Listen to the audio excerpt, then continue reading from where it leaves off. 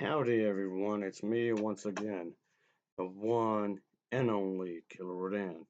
And today, as you can see, I'm still continuing my Disney movie marathon, where I'll be talking about the movies, obviously TV shows, merchandising, I don't know, whatever the case may be. If it's related to Disney in any shape or form, then yes, I'll be talking about it. I'm gonna need this. So I decided to just go into some pain because this was garbage. Oh, yes, I'm referring to Daredevil, the one with Ben Affleck. And by the way, yes, I actually did see this on Disney Plus. Yes, I'm aware of the fact that this existed for eons, but is it up until now? Watch it. Yeah, there's so many superhero type stuff that's been released on Disney Plus, and I do mean a lot. Yes, I'm aware of the TV show Daredevil is on there, which I have not seen yet. So, just for the sake of this video, I'll be reviewing Ben Affleck's Daredevil, okay? And yes, I know there was a spin-off sequel kind of a thing, which I'll get to later. I'm just letting you all know about that. Ugh. Right, Mr. Monkey, what are you doing? Okay, you're just spazzing out again. You're such a weirdo. Just go and get. Seriously, go and get. I need a drink. Seriously, I need a drink right after this. Anyway, as I was saying. Okay, whatever.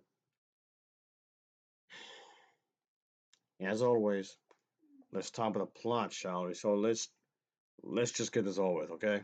Anyway, that's like the most obvious thing, like the first thing you might think of when it comes to this character. He's blind. Uh, I think the people who made this movie were blind. Anyway, the main character is this attorney, Matt. He's blind, as mentioned a moment ago.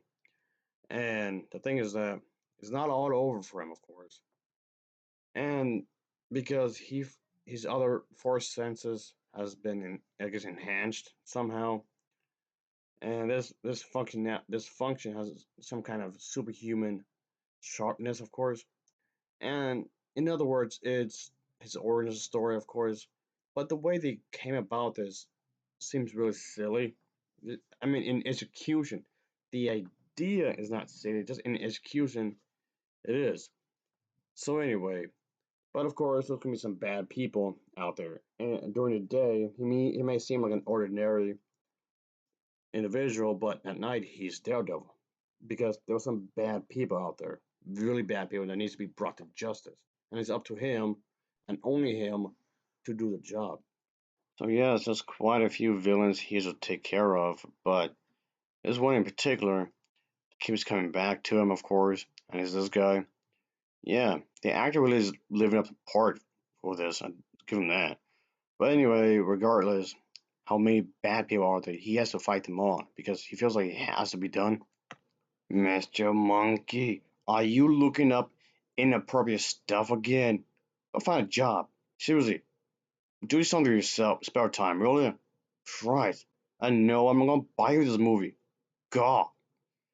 Anyway, so yes, Bullseye, the villain here, really becomes like a real bastard, I guess, because he murders people and whatnot. And then there's the whole thing with the romance, which honestly doesn't really feel like it's earned because of terrible writing.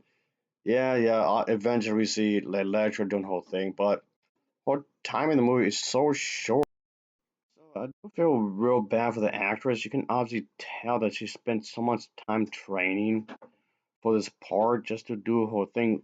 Just so little screen time. There's more build up to this character than the character actually doing things. Such a shame.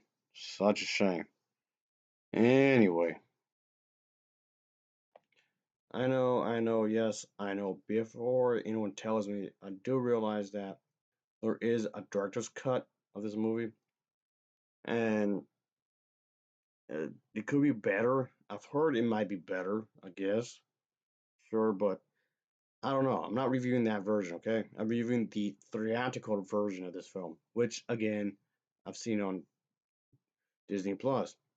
Yes, I didn't bother watching this movie beforehand, and yes, I know this movie existed for eons, okay?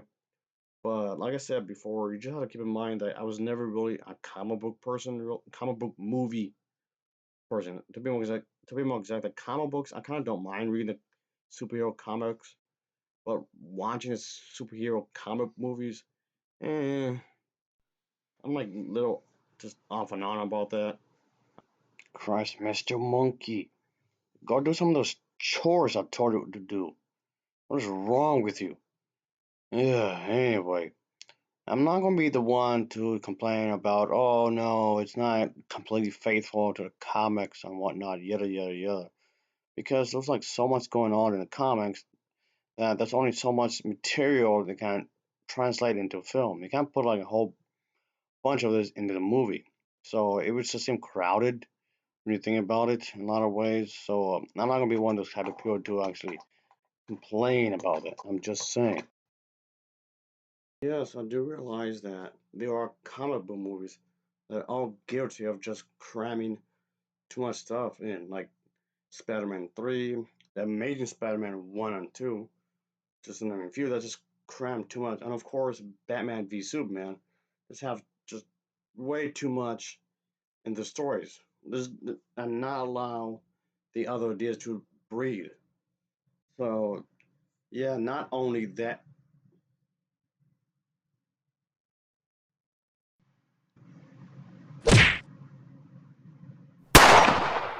So if anything, I would say that this movie is incredibly boring. There's nothing really of interest in here.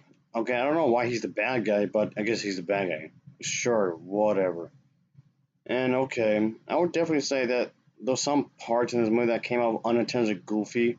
Yeah, some of the bits and pieces here did came off really silly in some ways, and it was unintentional.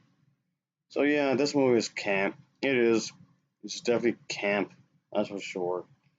But like I was saying a moment ago, folks, it's just something I didn't think was interesting by any means. The characters were dull. The characters came off really underdeveloped, really.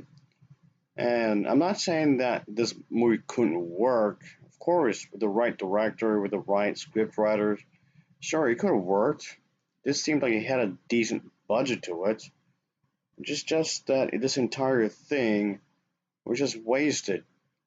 I mean, yes, I understand that they were making a good movie. At least they thought they were making a good movie. So, if anything, their hearts were in that right place.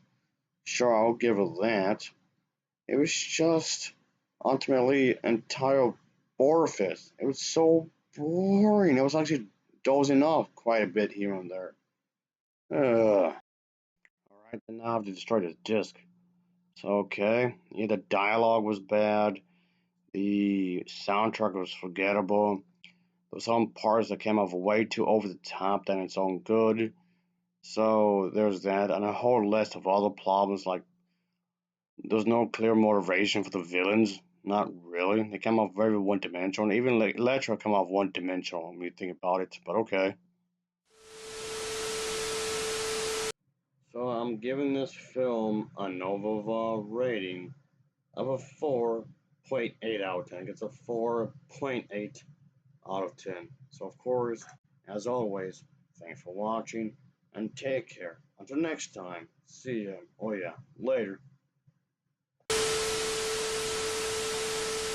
That's it. I'm gonna win these. Who's coming with me? Whatever. Christ.